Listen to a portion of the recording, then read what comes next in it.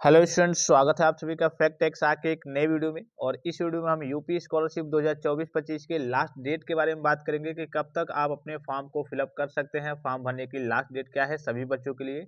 इसके अलावा बहुत सारे बच्चे जब फॉर्म फिलअप कर रहे हैं, चाहे फ्रेश फॉर्म हो चाहे रिन्यूअल हो, उसमें एनपीसीआई की समस्या आ रही है। National payment corporation of India का वहाँ पे वेरिफिकेशन नहीं हो पा रहा है। तो ये क्यों नहीं हो पा रहा है, इसका समाधान क्या है, इसके बारे में भी बात करेंगे। सबसे पहले सभी स्टूडेंट से रिक्वेस्ट है कि यूपी स्कॉलरशिप से संबंधित हर एक प्रकार के ऑफिशियल और ऑथेंटिक जानकारी कम समय में सबसे पहले पाने के लिए आप सभी स्टूडेंट चैनल को सब्सक्राइब कीजिए, बेल आइकन को प्रेस करके ऑल पे क्लिक कर लीजिए और टेलीग्राम चैनल को ज्वाइन कर लीजिए।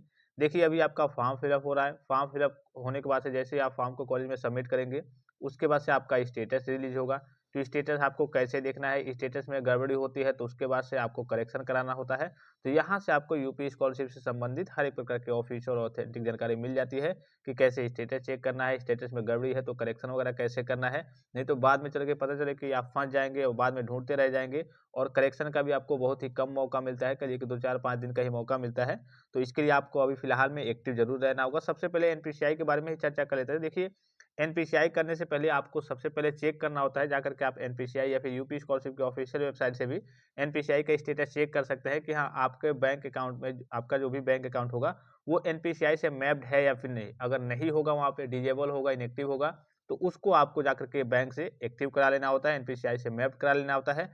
अब मान लीजिए कि आपका एनपीसीआई से मैप्ड है, फिर भी वहाँ पे कहिए कि आपके सामने समस्या आ रही है, आपका एनपीसीआई का वेरिफिकेशन नहीं हो रहा है, तो आप ट्राई करते रहेंगे मॉर्निंग में। ये कहिए कि वेबसाइट की ओर से समस्या, आपकी ओर से कोई समस्या नहीं है। आपकी ओर से मान लीजिए कि आपका एनपीसीआई एक्टिव है, बैंक अकाउंट में सारी चीज़ें व्यवस्थित है, फिर भी अगर आपका एनपीसीआई नहीं हो पा रहा है तो आप ट्राई करते रहेंगे। बहुत सारे बच्चों के सामने, अब चूंकि ये नए-नए नियम पिछली बार से आए हैं, ये सारी चीज़ जितनी भी नई चीज़ आई है, इनके वेरिफिकेशन में काफ़ी सारी समस्याएँ करिए कि देखने को मिल रही है कि हाँ, कभी-कभी बच्चों का वेरिफिकेशन नहीं हो रहा है, कभी-कभी डिजी लॉकर से वेरिफिकेशन नहीं हो पा रहा है। ठीक है, बहुत सारी समस्याएँ आ रही हैं, तो बहुत सारे बच्चों का हो भी जा रहा है, बहुत सारे बच्चों का यहाँ पे नहीं हो पा रहा है। अगर आपका एक्टिव है, नहीं हो पा रहा है, आप एक बार पहले जा करके चेक कर लीजिए कि एक्टिव है या फिर नहीं।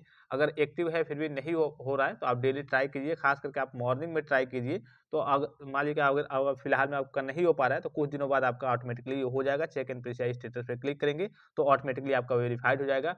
उसके बावजूद भी नहीं हो पा रहा है तो अगर आपके पास 2 बैंक अकाउंट है, जो पहले में आपने पहले से जिसमें आपका एनपीसीआई से मैप्ड है, उसको आप कह लीजिए कि डीएक्टिवेट करा करके दूसरे बैंक अकाउंट में आप एनपीसीआई के एक्टिव कराएंगे तो वहां से आपका हो जाएगा। मतलब एक लास्ट ये सोल्यूशन मैं आपको बता रहा हूँ। ठीक है, अब बात कर लेते हैं यूपी स्कॉलरशिप के डेट के बारे में। तो जितने भी पोस्ट मैट्रिक के बच्चे हैं या फिर post matric other than inter के बच्चे अर्थात कक्षा 11-12 या फिर उससे ऊपर के कोई कोर्स करते हैं, कोई पढ़ाई करते हैं, कोई भी आपकी कास्ट कैटेगरी होगी, general, OBC, SC, ST, minority, तो सभी के लिए डेट तो करिए कि आपकी 17 नवंबर तक ही समाप्त हो गई थी।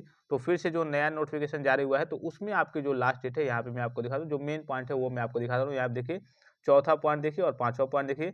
आपका रजिस्ट्रेशन करना 28 मार्च 2025 तक रहेगा। ठीक है, उसके बाद से छात्र द्वारा ऑनलाइन आवेदन 31 मार्च 2025 तक रहेगा। तो ये जो आपका नोटिफिकेशन है, ये आपके एससी और एसटी के बच्चों के लिए है। उनका करिए कि काफ़ी ज़्यादा उनको मौका मिलता है। 31 मार्च 2025 तक वो फॉर्म को फिलअप कर सकते हैं। और इसमें जो आपके जनरल, ओबीसी के बच्चे हैं, ठीक है, और माइनॉरिटी वाले बच्चे हैं, उनके फॉर्म भरने की लास्ट डेट है 15 जनवरी 2025 तक। कब तक है? 15 जनवरी 2025 तक है। और जो एससी एसटी के बच्चे हैं उनको ज़्यादा मौका मिलता है। पिछली बार भी आपने देखा होगा, मार्च तक फॉर्म फिलअप हुआ था, तो इनका फॉर्म फिलअप होगा 31 मार्च 2025 तक, जो इनका थर्ड राउंड है। और जो ओबीसी और जो कहिए कि जनरल कास्ट कैटेगरी के बच्चे हैं, उनका 15 जनवरी 2025 उनके फॉर्म भरने का भी फिलहाल में लास्ट डेट है। आगे भी कोई बदलाव वगैरह होता है तो मैं आपको इन्फॉर्मेशन दे दूंगा। ठीक है, देखिए ये आपका फर्स्ट राउंड हो गया एससी एसटी के बच्चों के लिए। तो ये तो सभी के लिए था, लगभग सेम था। फिर यहाँ पे देखिए इनका सेकेंड राउंड, द्वितीय चरण दिख रहा होगा, 15 जनवरी 2025 तक है। और तीसरा राउंड उनका चलेगा 31 मार्च 2025 तक। ठीक है, तो ये जो दूसरा राउंड है, यही आपके जो ओबीसी के बच्चे हैं और जनरल के बच्चे हैं उनकी भी यही डेट है, 15 जनवरी 2025 तक। और 18 जनवरी 2025 तक आपको हार्ड कॉपी वगैरह कॉलेज में सबमिट कर देना है। तो ये आपकी लास्ट डेट रहने वाली है। आई होप कि ये वीडियो आपको काफ़ी ज़्यादा हेल्पफुल और इन्फॉर्मेटिव लगा होगा। और किसी प्रकार का संदेह हो, कोई जानकारी चाहिए तो आप कमेंट बॉक्स में कमेंट करके पूछ सकते हैं। फिलहाल इस वीडियो में इतना, इजाज़त दीजिए। धन्यवाद, थैंक्स फॉर वॉचिंग। मिलते हैं नेक्स्ट वीडियो में।